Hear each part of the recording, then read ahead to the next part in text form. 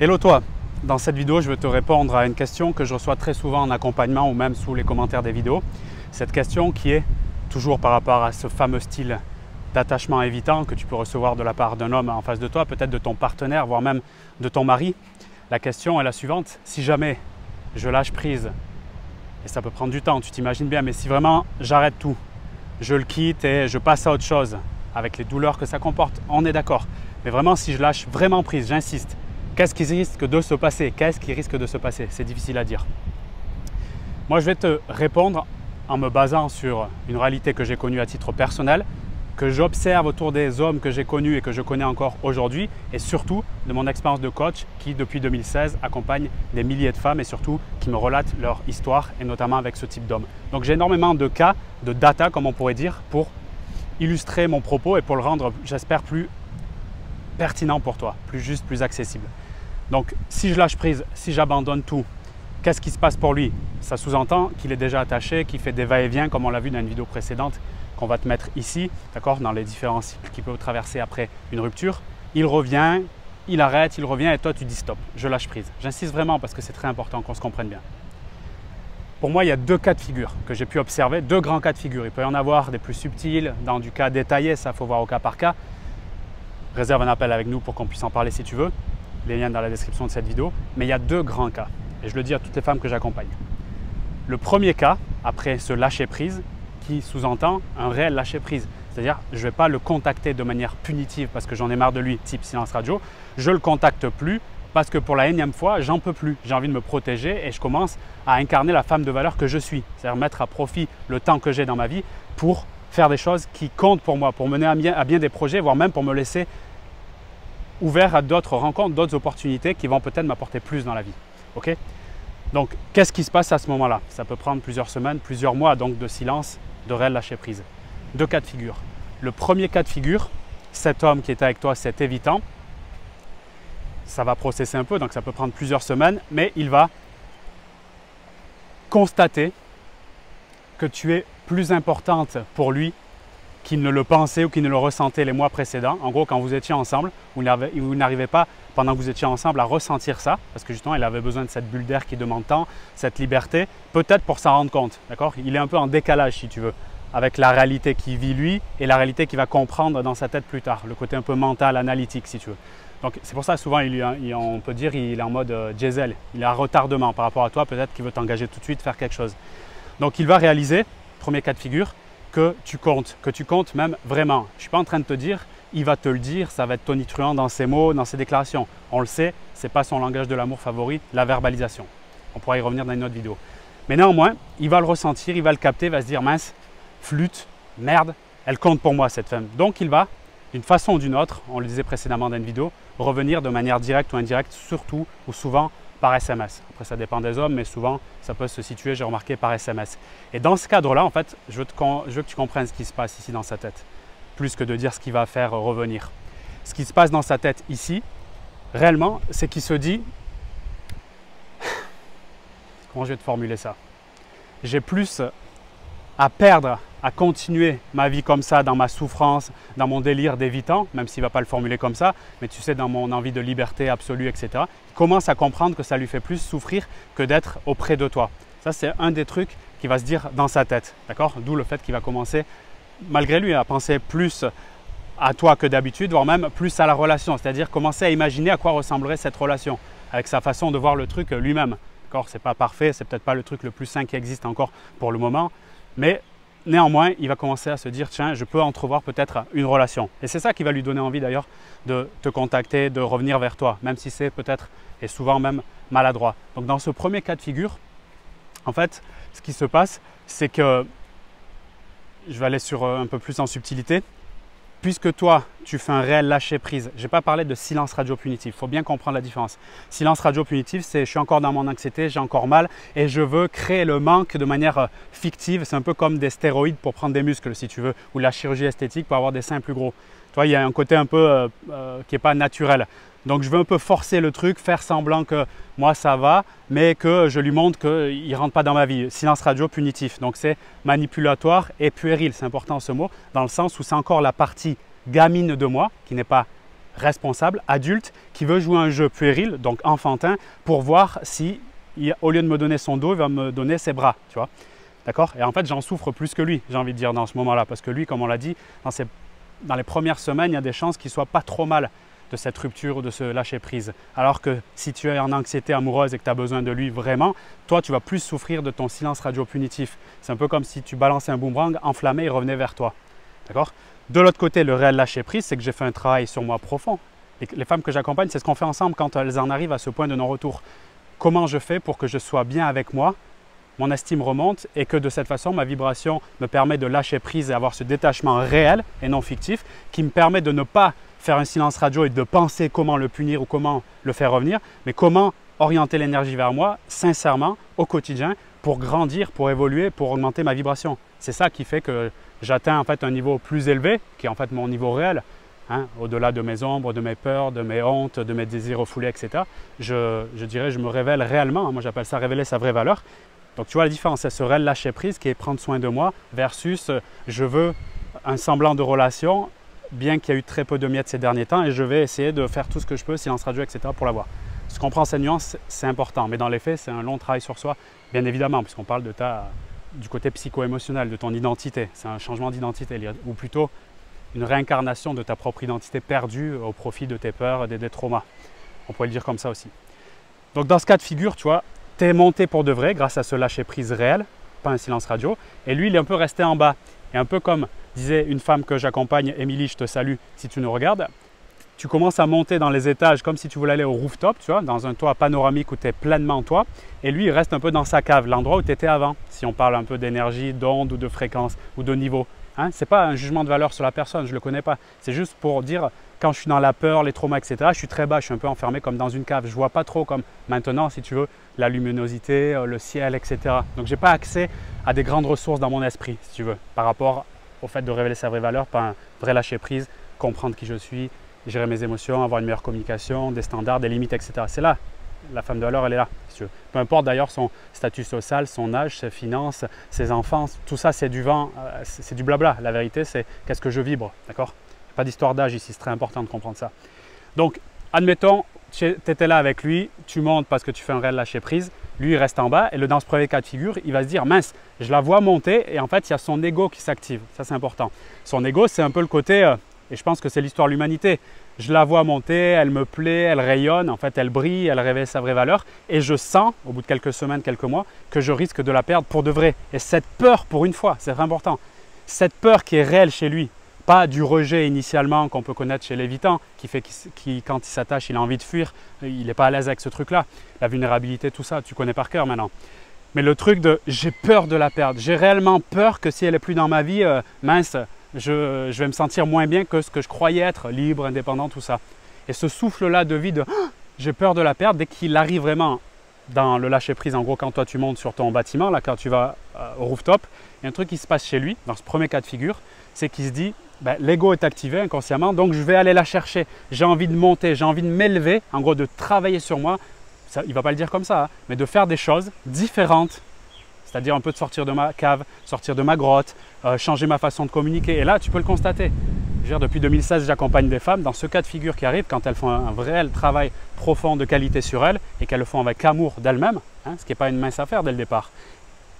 Le premier cas de figure, qui est vraiment 50% des cas, il va remonter. C'est l'histoire de l'humanité, c'est pour ça qu'on est là maintenant, parce que les hommes sont remontés en suivant les femmes qui montaient elles-mêmes par leur vibration, leur rayonnement. On se bat toute la vie, depuis qu'on est né, qu'on le veuille ou non, la voiture, la montre, les lunettes, le machin, tout ce que tu veux, pour avoir l'adhésion, l'approbation des femmes et créer un foyer de qualité, avoir des meilleurs gènes, etc. Si tu regardes de ce point de vue, on va dire évolutionniste et biologique, tu comprends que en fait, tout ce qu'on fait, c'est pour s'accoupler, point barre, c'est-à-dire reproduire la vie et si possible de meilleure qualité. Donc, en fait, c'est ça qu'il voit. Il sent qu'il perd ce potentiel-là de reformer l'humanité, hein, si tu le vois de ce point de vue-là, très large. Et donc, ça va activer son ego qui est le dépassement de soi. Et là, tu vas entendre peut-être ces phrases du type « Ah oui, l'homme est un chasseur, est un conquérant ». Dans ce point de vue-là, je veux bien le comprendre. Il ne va pas chasser dans l'état d'esprit qu'on peut se dire « Ah, c'est un séducteur, il chasse ça, c'est dur à dire. Il y en a qui le font. Moi, je ne parle pas de ce cadre-là. Je parle de celui qui est réellement attaché, qui était dans ce truc de aller-retour évitant, comme tu connais par cœur, et qui là, après ce lâcher prise de quelques semaines, quelques mois de ta part, cette rupture si tu veux, ce vrai silence incarné, d'accord? Parce que pendant le silence, toi, tu es de mieux en mieux, tu n'es pas mal. C'est bien important de dire ça à nouveau. Donc, il sent ce truc, la perte, le souffle de la perte, comme tu peux connaître peut-être si tu as la blessure de l'abandon. Je risque de le perdre, je risque d'être seul. Mais ce truc, il peut le vivre aussi, dans ce réel silence, c'est très important. Et à ce moment-là, il vient te chercher d'une façon ou d'une autre. Je le rappelle, ça peut être un mec qui a fait des appels téléphoniques et qui en faisait jamais avant. C'est un truc que j'ai pu connaître moi. C'est très bizarre d'ailleurs de se voir appeler quand tu n'aimes pas ça, quand tu n'as pas l'habitude de le faire. Ça, je le vois souvent en coaching. Ou des SMS pour s'excuser. Ouh là là, ça veut dire qu'il a pris conscience de son comportement, voire même pour montrer à quel point il a évolué. J'ai même vu des gens, des mecs qui vont en psychothérapie ou qui vont voir des coachs. Moi-même, ils me sollicitent de plus en plus. Pourtant, je parle aux femmes sur cette chaîne. D'accord? C'est quand même étonnant ce qui se passe. Donc ça bouge. Mais il faut commencer à le croire, il faut commencer à le voir. Et pour ça, ça demande de la conscience à travers peut-être ces vidéos et aussi après de l'énergie vers j'ai envie que ça bouge réellement. Et je ne m'attache pas à une situation qui est merdique. J'accepte qu'elle est merdique et je me demande qu'est-ce que je fais pour moi, l'énergie vers moi. Ce qu'on appelle souvent travail sur soi. J'ai employé ce terme plusieurs fois dans cette vidéo. Donc, premier cas de figure, son ego activé, il voit que tu montes réellement, pas un vieux silence radio parce qu'il sent l'énergie du manque et de la peur dans le silence radio fictif, mais un vrai lâcher prise, c'est-à-dire en gros tu t'attaches à toi, non plus à la relation qui part en couille, il faut dire les mots. Il le sent, ça prend quelques temps, quelques semaines, voire quelques mois, et là, boum, il peut venir vers toi. C'est ce que j'appelle, moi, souvent, avoir un problème de riche. Parce que comme tu es monté, tu vas vibrer plus haut sur ton rooftop. Tu vas attirer des mecs qui, eux, soit sont plus sains, plus sécures, soit qui te correspondent mieux réellement, parce qu'ils te donnent l'attention que tu mérites sans être à te courir après tous les 3 secondes. Ils ont le charme, tout ce que tu veux. Tout à fait possible. Encore une fois, peu importe l'âge, les enfants, tout le bordel, ça c'est du vent, c'est une histoire de vibration. À partir de là, tu as cet homme, ce groupe d'hommes là qui peuvent en tout cas se rapprocher de toi et tu sens qu'ils sont qualitatifs, sans aller galérer sur les sites de rencontres, tout ça, peut-être au travail, je ne sais où, peu importe. Et tu as cet homme, qui est au fond l'homme de ton cœur, le premier choix si je puis dire, qui remonte tant bien que mal, et c'est pas facile pour lui, mais il fait son max, et toi tu vas le voir un peu changer, c'est pas des mots, c'est très important. Tu vas voir que réellement, il est en train de faire un mouvement. Tu sais, je prends cet exemple souvent, c'est comme la personne, elle te dit, tu l'as pas vu pendant 3 mois, elle te dit je vais aller à la muscu tous les jours, et tu vois qu'il n'y a rien qui s'est passé physiquement. Versus la personne qui dit rien, elle revient 3 mois après, tu vois le changement physique. Elle n'a pas besoin de parler, c'est visuel. Tu vas dire, wow, il y a un truc qui s'est passé, physiquement elle a changé. Ben, voilà, le vrai changement, c'est quand j'ai pas besoin de le dire, le justifier. Souvent d'ailleurs, vous faites ces erreurs. Les femmes que j'ai pu avoir qui me parlent de leur situation, c'est de revenir au bout de 3 mois et de dire avec des mots, oui, j'ai changé, je suis plus là même. Il s'en fout. Tout comme toi, tu t'en fous. Tu as envie de voir la vérité, la constance sur la durée. Le changement, soit pour le physique, on a dit, c'est plus simple, tu vois tout de suite les muscles et tout ça, soit le côté psycho-émotionnel qui est plus abstrait et moins visible, il faut un peu du temps pour voir les réels changements de structure mentale, comment ils pensent, comment ils voient les choses, comment ils communiquent, parce qu'il y a des apprentissages réels sur la stabilité émotionnelle, sur la découverte de soi, sur la communication de qualité, tu vois, c'est pas des trucs qui tombent du ciel comme là au-dessus de ma tête, il faut quand même aller le développer, ce sont des compétences comme une langue étrangère, comme apprendre à conduire, ok? Donc premier cas, il voit que tu montes, ça le fait bouger parce qu'il sent qu'il n'a pas envie de te perdre. Et ça va être dur pour lui, mais au moins, ça répond à la question, mais Vincent, mais comment le faire changer? Comment je vois bien qu'il est évitant, etc. Comment je fais pour qu'il bouge? Ben, bouge-toi, incarne le changement que tu veux voir dans ce monde. Point. Et incarner, ce n'est pas 1 minute, ce n'est pas une vidéo, c'est plusieurs mois de travail. C'est ce qu'on fait ensemble. Si tu veux que ça bouge, réserve le lien dans la description de cette vidéo. C'est un appel offert. Deuxième cas de figure, je suis en train de cramer au soleil, ça doit se voir. À ton avis, ben, tout simplement, tu vas recevoir des phrases comme je vois que je ne suis pas à la hauteur, c'est mieux comme ça. J'y reviendrai sur une vidéo en détail pour les types de phrases qu'il peut dire pour reconnaître un peu l'évitant, si vous avez du mal. Il va dire des trucs comme bon, mais c'est mieux comme ça. Bref, tu vas le sentir un peu comme un chien battu, tu vois, qui sait plus se défendre ou qui a plus d'armes ou qui a plus d'outils. Ou bien il dit rien du tout, il disparaît, quoi. Mais s'il te parle, ça sera ce genre de choses. Il va voir ton décollage. Il ne va pas se sentir à la hauteur. Tu vois l'image du bâtiment comme on a là. Là, il y a un grand bâtiment, je crois. Voilà, on le voit. Toi tu es là, tu es en haut. Il est là. Quand tu montes et après le lâcher prise, il va te voir d'en bas en haut sur le rooftop. Tu vois, il va se dire, je ne me sens pas de monter les étages ou pas aussi vite qu'elle. Et du coup, il va accepter qu'il y a d'autres hommes, d'autres personnes de qualité pour toi à l'étage d'en haut. Et en fait, quand il dit je ne sens pas à la hauteur, c'est à la fois de ce que tu demandes, selon lui, mais aussi des autres hommes qui vont être en compétition avec lui. C'est important de le dire, ça. Il sait qu'en dessus, il y a des mecs qui gèrent, des mecs capables, qui font des trucs, qui sont leaders, des mecs que tu veux, quoi. Et il va se dire, non, bah, quand il voit ces mecs dans la rue, il baisse les yeux, si tu veux, quoi. Hein, c'est comme un petit caniche face à un pitbull, tu vois. Et ça, c'est la réalité, encore une fois. C'est anthropologique, c'est du réel. c'est du terrain. En ce moment, j'habite face à un champ magnifique de vaches. Il y en a une qui a des cornes, alors je ne sais pas si c'est une vache ou autre chose. Elle est la seule à avoir des cornes. Les mecs, les paysans, ils leur donnent, elles sont beaucoup maigres d'ailleurs, ils leur donnent, très maigres, ils leur donnent à manger de temps en temps, peut-être une fois par jour, c'est pas beaucoup. Et je les observe. Et je vois tout de suite le côté mammifère et qu'on a nous-mêmes, hein, les femmes entre les femmes, les hommes entre les hommes. Quand celui qui a les cornes, un peu plus gros, se rapproche pour aller manger la paille, etc., tous les autres s'en vont tout de suite parce qu'ils sentent la force, ils sentent le pouvoir, ils sentent le truc de je ne peux pas en fait gérer à ce niveau-là, je ne peux pas me, comment dire, je peux pas tester quoi. Et ils acceptent l'idée. Voilà, ben, c'est un peu ça. Quand ils voient comme ça au niveau du rooftop, on va le retrouver, voilà. Que toi tu es en haut, que tu montes en tout cas, il va se dire j'ai pas le niveau, c'est trop haut, il y a des mecs qui gèrent trop là-haut et donc en fait là il va se désactiver. En gros il va sortir la compétition. Voilà. Deuxième grand cas de figure. Mais ça encore une fois, il faudra plusieurs semaines, peut-être plusieurs mois pour le voir.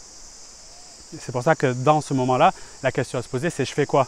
Ben, soit je suis à fond sur lui et j'accepte l'idée que je lâche pas prise et ça va être dur. Et oui.